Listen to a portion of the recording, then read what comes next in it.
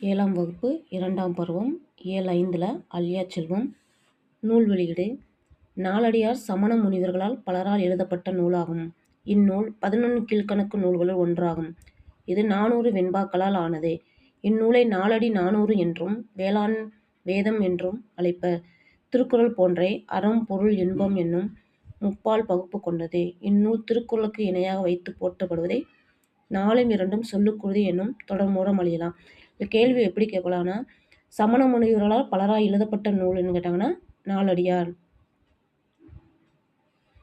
இந்நூல் எந்த நூல்லேருந்து எடுக்கப்பட்டுச்சுன்னா 11 கீழ்க்கணக்கு நூல். எத்தனை வெண்பாக்களை உடையதுன்னா 400 வெண்பாக்களை உடையது. இது நாலடி 400 என்றும் வேளாண் வேதம் என்றும் இந்த நூலை அழைப்பாங்க.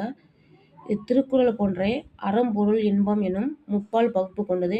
இது எதுக்கு இணையாக வைத்து போற்றப்படும்னா திருக்குறளுக்கு இணையாக வைத்து போற்றப்படுகிறது நூல்.